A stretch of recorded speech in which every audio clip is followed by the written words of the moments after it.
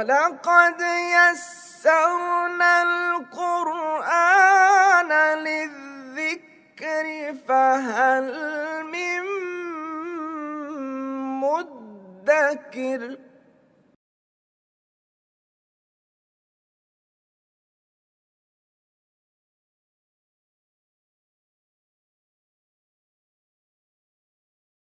نحمده ونصلي على رسوله الكريم اما بعد فاعوذ بالله من الشيطان الرجيم بسم الله الرحمن الرحيم لإيلاف قريش إيلافهم رحلة الشتاء والصيف صدق الله العظيم سورۃ قریش۔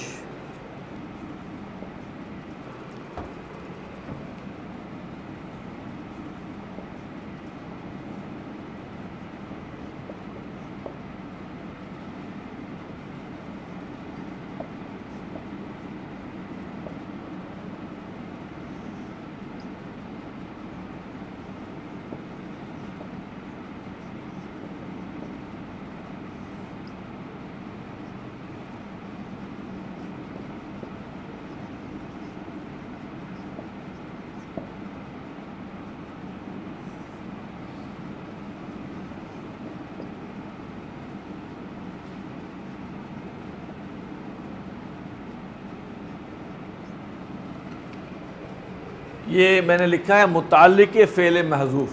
اچھا، اب اس کا کچھ لوگ اس کا تعلق جوڑتے ہیں پچھلی صورت سے، فَجَعَلَهُمْ كَعَصْفٍ مَأْكُولٍ لِإِيلَافِ قُرَيْشٍ، یعنی کہ جو ان کے ساتھ سلوک کیا وہ قریش کو مانوس کرنے کے لیے، گویا یہ پچھلے صورت کا اس کو لنک کرتے ہیں کہ اللہ تعالیٰ نے، یعنی کہ کہتے ہیں اہلک اصحاب الفیل لإیلاف قریش۔ کیا مطلب؟ اہلک اصحاب الفیل لإیلاف قریش، صاف سی بات ہے، قریش کو تو یہ واقعہ یاد تھا، حضور صلی اللہ علیہ وسلم کی پیدائش سے کچھ عرصہ پہلے کی بات ہے کہ اتنا بڑا ایپیسوڈ ہوا اور بالکل قریب آ کے ایک پورا لشکر انہوں نے دیکھا کہ تباہ و برباد ہو گیا۔ اس وقت انہوں نے صرف اللہ ہی کو یاد کیا تھا، کوئی معبود ان کو دوسرا یاد نہیں آیا۔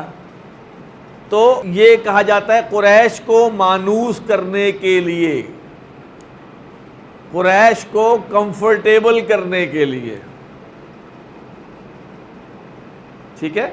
تو یہ متعلق فعل محذوف جو کہ پچھلی صورت میں ہے، یا کچھ لوگ کہتے ہیں فَلْيَعْبُدُوا کے ساتھ متعلق ہے۔ تو ابھی ہم جب وہ ترکیب کریں گے تو سامنے آ جائے گا۔ یہ ہے ایلافہم،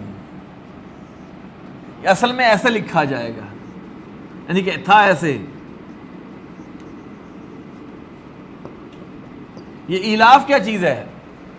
آلف یولف ایلافن، حمزہ لام اور فا باب افعال، یہ مصدر ہے۔ ایک اور بات نوٹ کیجئے کہ جس طرح ہم نے آپ کو بتایا تھا کہ اسم الفاعل بعض اوقات فعل کا کام کرتا ہے، بتایا تھا، اور مثال دی تھی انی جاعل فی الارض خلیفتن۔ اسی طرح مصدر بھی بعض اوقات فعل کا کام کرتا ہے اور اس کا مفعول بھی ہوتا ہے، ٹھیک ہے؟ ایلافہم اور آلف یولف ایلافن، جس کو مانوس کیا اور جس سے مانوس کیا۔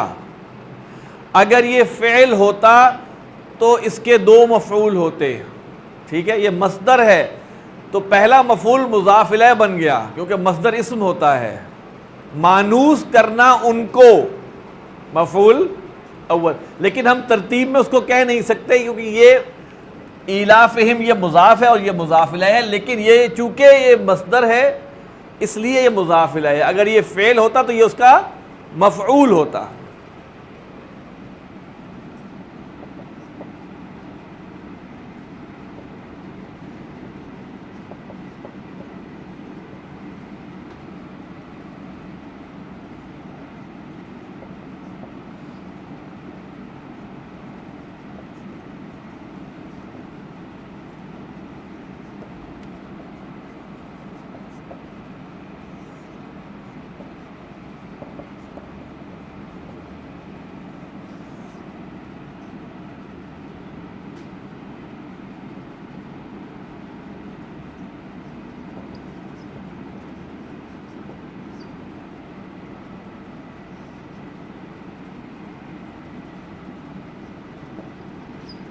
اب اس کی جو ترکیب بنے گی، چونکہ ہم اس کو فعل کے طور پہ کرنا چاہ رہے تھے، جیسے ہم نے کہا انی جاعل فی الارض خلیفۃ، مفعول اگرچہ ہے لیکن چونکہ یہ شروع اسم سے ہو رہا ہے،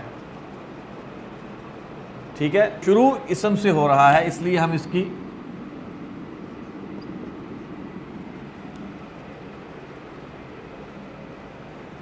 ایلافہم رحلۃ الشتاء والصیف، ان کو مانوس کرنا سردی اور گرمی کے سفر سے۔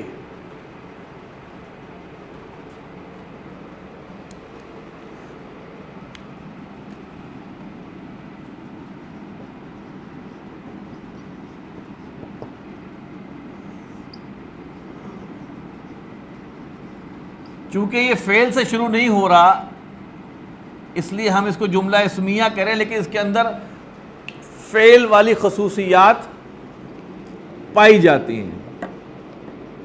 ہو سکتا ہے کہ بعض عربی والے اس کو جملہ فعلیہ قرار دیں چونکہ اس میں مفعول موجود ہے، لیکن ہم اس اصول کی پابندی کر رہے ہیں کہ اگر وہ اسم سے شروع ہو رہا ہے تو وہ جملہ اسمیہ ہی رہے گا۔ اب یہاں دیکھیں ایلاف کا بتا دیا، حمزہ لام اور فا باب افعال سے، آلف یولف ایلافن، مانوس کرنا۔ اسی سے ایک اور لفظ استعمال ہوتا ہے اردو میں بھی، تعلیف قلب، وہ باب تفعیل سے ہے، الف یؤلف تعلیفن، محبت پیدا کرنا۔ اور ایک کتاب میں لکھا ہے تعلیف، اس کا مطلب ہے جمع کرنا، محبت پیدا کرنا بھی ہے اور جمع کرنا بھی ہے۔ رحلتن کہتے ہیں سفر کو، الشتاء سردی، الصیف گرمی، ان کو مانوس کرنا سردی اور گرمی کے سفر سے۔ میں پھر بتا رہا ہوں کہ یہاں پر چونکہ مفعول والا معاملہ آیا ہے اس لیے اس جملے کے بارے میں ایک رائے یہ ہو سکتی ہے کہ یہ جملہ اسمیہ ہے، اور ایک رائے یہ بھی ہو سکتی ہے کہ اس کو جملہ فعلیہ قرار دے دیں۔ ہم نے اس جملہ اسمیہ والی آپشن کو اڈاپٹ کیا ہے۔ فَلْيَعْبُدُوا رَبَّ هَذَا الْبَيْتِ الَّذِي أَطْعَمَهُم مِّن جُوعٍ وَآمَنَهُم مِّن خَوْفٍ۔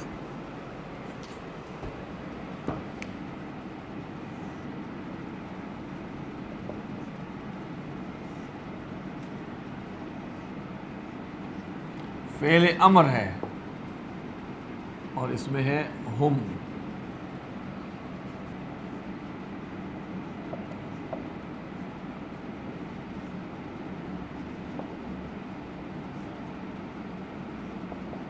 مشار الی ھذا البیت، مرکب اشاری مضاف الیہ، الذی اسم موصول، اطعم فعل، ہوا فاعل ہے، مفعول جار مجرور، مرکب جاری بن کے متعلق فعل۔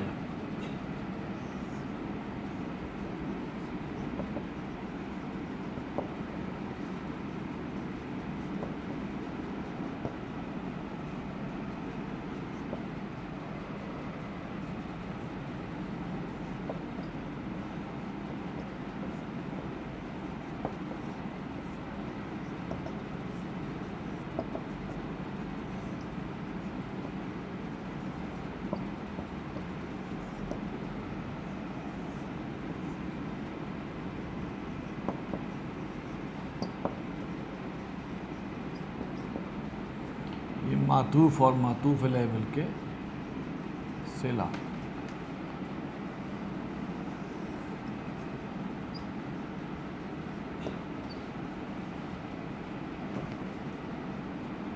مرکب اضافی، پھر یہ موصوف۔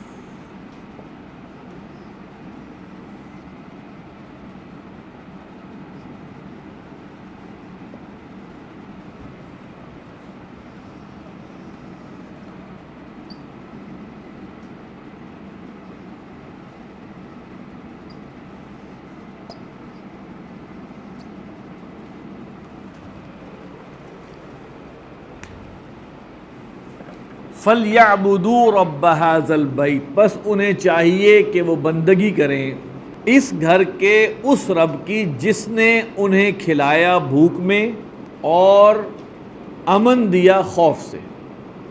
یہ بھی کر سکتے ہیں پس انہیں چاہیے کہ وہ اس گھر کے رب کی عبادت کرے جس نے کھلایا۔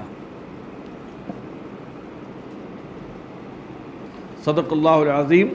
سبحانک اللہم و بحمدک، نشہد ان لا الہ الا انت، نستغفرک و نتوب الیک۔